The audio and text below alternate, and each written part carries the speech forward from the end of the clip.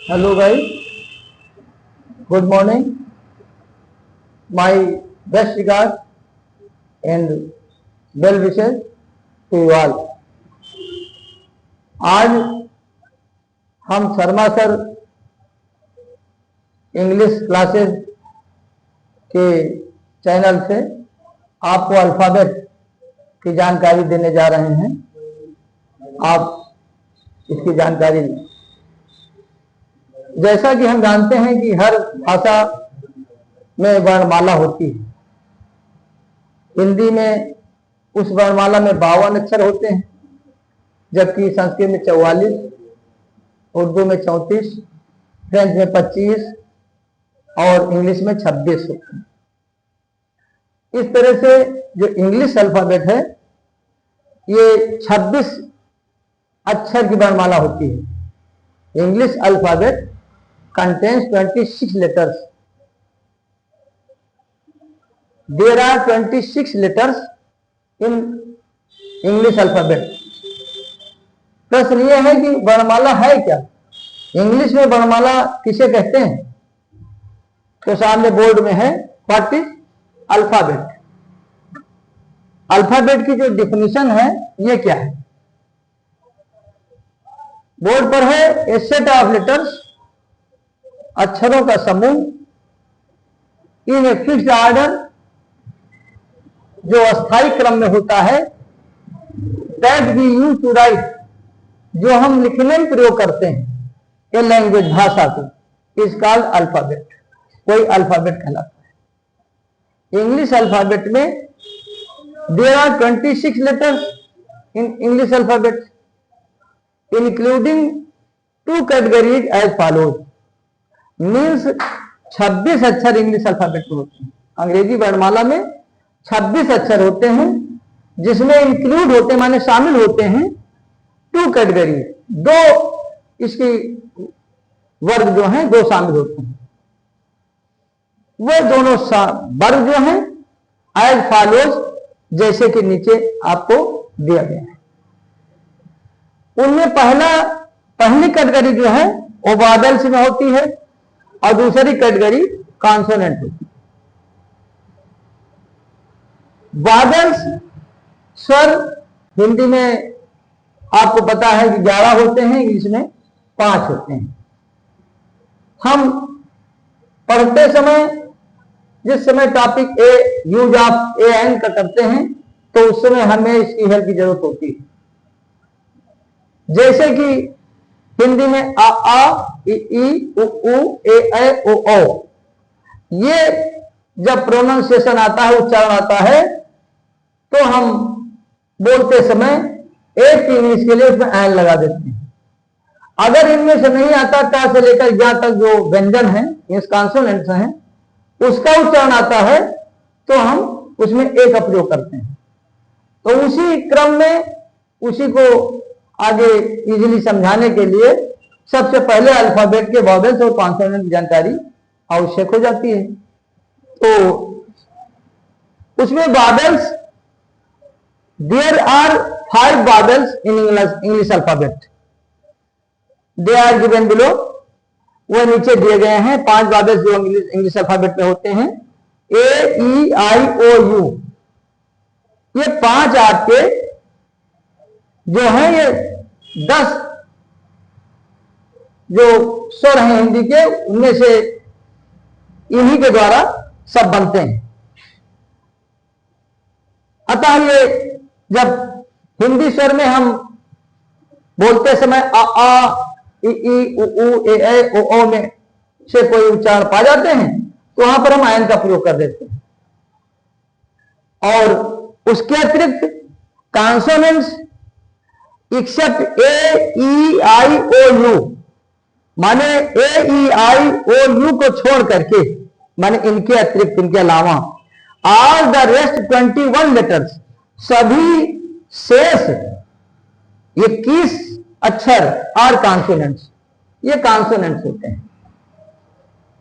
जैसे कि B C D F G H J K L M N P Q R S T V W X Y Z. हमें एन के प्रयोग में इसकी आवश्यकता पड़ेगी। जब हम लिखेंगे आउल, तो आउल की स्पेलिंग OWL होगी, लेकिन हमें OWL नहीं लेना, हमें लेना है आउल। हिंदी स्वर जो है वो हमारा आ रहा है, हमें आयन आउल लिखना। जस्ट द सेम, ठीक उसी तरह हमें लिखना है एक विश्वविद्यालय। तो एक विश्वविद्यालय में लिखते तो हम इंग्लिश में यूनिवर्सिटी, यू से स्टार्ट करते हैं, UNIVERSITY, लेकिन यूनिवर्सिटी जो हम उच्चारित करते हैं, प्रोनाउंस करते हैं, तो उसमें हमें या मिलता है, जो हिंदी के व्यंजन से संबंधित है, माने वो हमें हिंदी के कॉन्सोनेंट से संबंधित है, तो इसलिए हम उसमें आयन यूनिवर्सिटी ना लिख करके आ यूनिवर्सिटी लिखते हैं। इसी प्रकार से आउल में तो हम आयन लगा दिए, लेकिन जब हम लिखते हैं 1 रूपी नोट, 1 रूपी नोट का मतलब जब हिंदी में हम उसका उच्चारण करते हैं तो वह निकलता है, तो हम उसमें ओ आता है 1 में, लेकिन हम जब उसको हिंदी में लिखते हैं तो वह आ जाता है, इसलिए लिखेंगे A1 rupee note. Just the same, इसी तरह एक एचएमटी घड़ी, HMT, जब उसको बोलेंगे तो एच बोलेंगे तो ए आएगा, और ए आएगा तो भले एच लिखा हुआ है, लेकिन हम एच को न देख करके कि वो व्यंजन है, हमें ए देखना है हिंदी का कि ए आ रहा है, जो आए से पहले होता है, तो इसमें हम लिखेंगे आयन HMT वाच। तो इसीलिए इसकी जानकारी जरूरी है, इसका अध्ययन जरूरी है। तो हमने पहले इस चैप्टर को स्टार्ट किया है कि उधर AN के यूज में भी सहायता करेगा, और साथ में आप एक स्पेशल आगे टॉपिक आ रहा है सेमी बादल का, उसे भी हम पढ़ाने जा रहे हैं, उसको ध्यान से सुनिए। तो इनके अलावा आपको पता हो गया कि 5 हिंदी में बादल्स होते हैं, और रेस्ट ऑफ ऑल 26 लेटर्स, यानी से सभी 21 जो अक्षर हैं वह व्यंजन होते हैं, कॉन्सोनेंट्स होते हैं। अब बात आती है कि सेमी बादल्स क्या होते हैं। सेमी बादल, उससे अर्थ ही निकल रहा है, सेमी माने अर्ध होता है, आधा आधा, अर्ध स्वर, अर्ध स्वर का मतलब आधा स्वर और आधा बादल। जैसे अर्धनारीश्वर कहा जाता है शिव जी को, उसी तरह से इसमें आधा स्वर और आधा व्यंजन, मीन्स ये दोनों का की भूमिका निभाते हैं, दोनों का रोल करते हैं। ये स्वर का भी रोल करते हैं और बादल का भी रोल करते हैं। अब इसमें क्वेश्चन है, what are semi vowels? Semi vowels, semi vowels क्या होते हैं? अभी आपको बताया कि जो बादल्स पद का भी काम करें और कॉन्सोनेंट का भी काम करें, वो सेमी बादल्स कहलाते हैं। विच आर दे, वह कौन कौन होते हैं?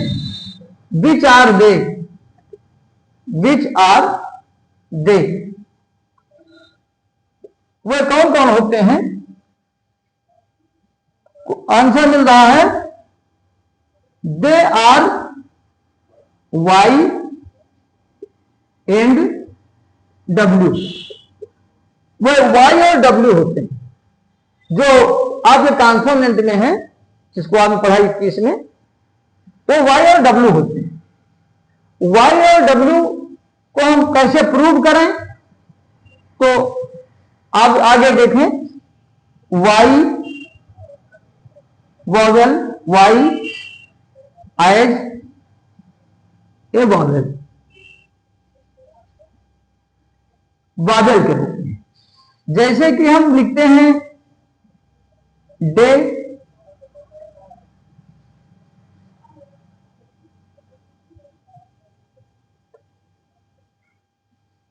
डे,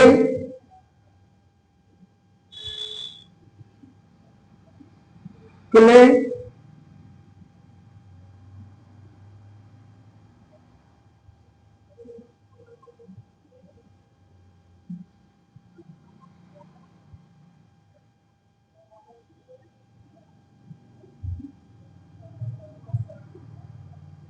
अब इसमें आप देखें कि वाई जो डे है, वाई से इसमें यहां पर ए का साइन लगा है, ए की मात्रा लगी है।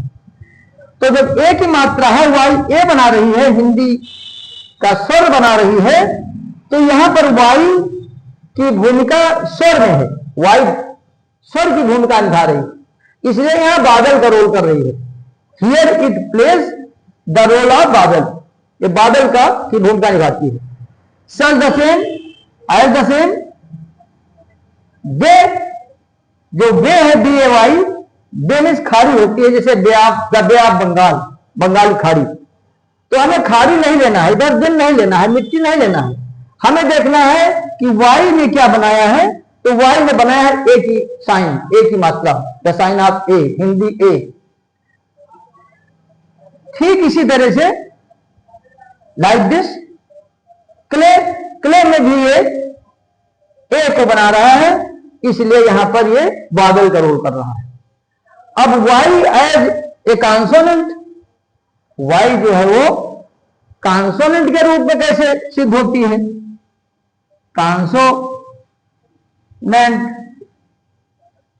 कॉन्सोनेंट के रूप में जब ये आएगी तो का से लेकर के ज्ञा तक बनाएगी, आ से लेकर के आओ तक नहीं बनाएगी, अभी का से लेकर ज्ञा तक बनाएगी।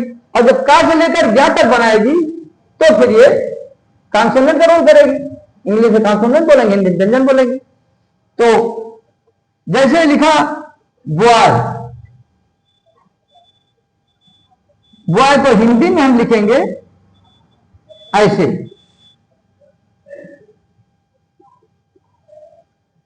टॉय,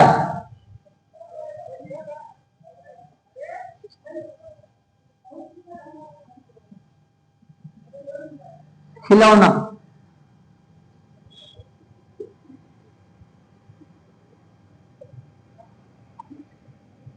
तो जिसे बॉय है, टॉय है, इनमें जब हम देखते हैं तो वही वाई जो अभी ए बना रही थी बादल के रूप में, अब यहां पर ए या बना रही है, जो हिंदी व्यंजन है। तो हम इसको हिंदी व्यंजन है इसलिए व्यंजन बना रही है, तो ये कॉन्सोनेंट कहलाएगी। जस्ट द सेम, ठीक उसी तरह वाई यहां पर या बना रही है, तो ये आपको व्यंजन दे रही है, तो यहां भी ये व्यंजन का रोल प्ले कर रही है, उसका एक्ट करती है। अब आगे बात आती है, एक वर्ड है जैसे आपको दिया गया एग्जाम्पल में, जैसे एक वर्ड है यस्टरडे,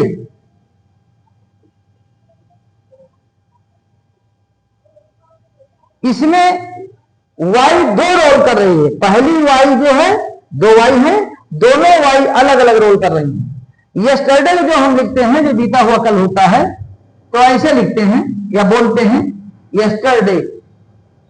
तो ये जो कल है, बीता हुआ कल,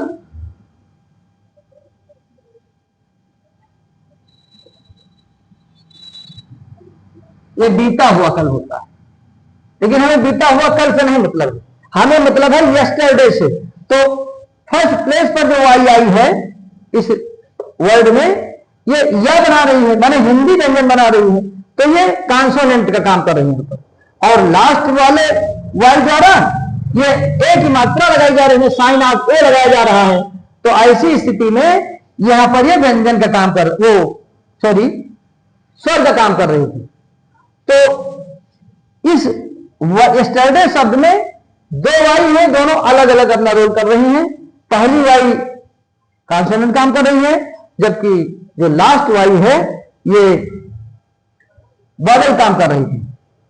तो इस तरह से आपको बादल और कॉन्सोनेंट की जानकारी तो हुई, साथ ही आपको सेमी जो बादल होते हैं दो, वाई और डब्ल्यू, जिसकी जानकारी आपको पहले से रही होगी या ना रही होगी, आप इसको मजबूती से नोट करें। और जब भी बैठें तो अपना नोटबुक और पेन लेके बैठिए, जो आपको बात लगे अच्छी या समझ में आवे कि हमको नहीं आती है, बाद में देखना पड़ेगा, उसको फिर से आप नोट कर लीजिए और फिर से देख लीजिएगा। आज का टॉपिक यहीं खत्म हुआ। मेरी वीडियो को लाइक करिए, शेयर करिए, सब्सक्राइब करिए और इसका लाभ उठाइए। Good bye.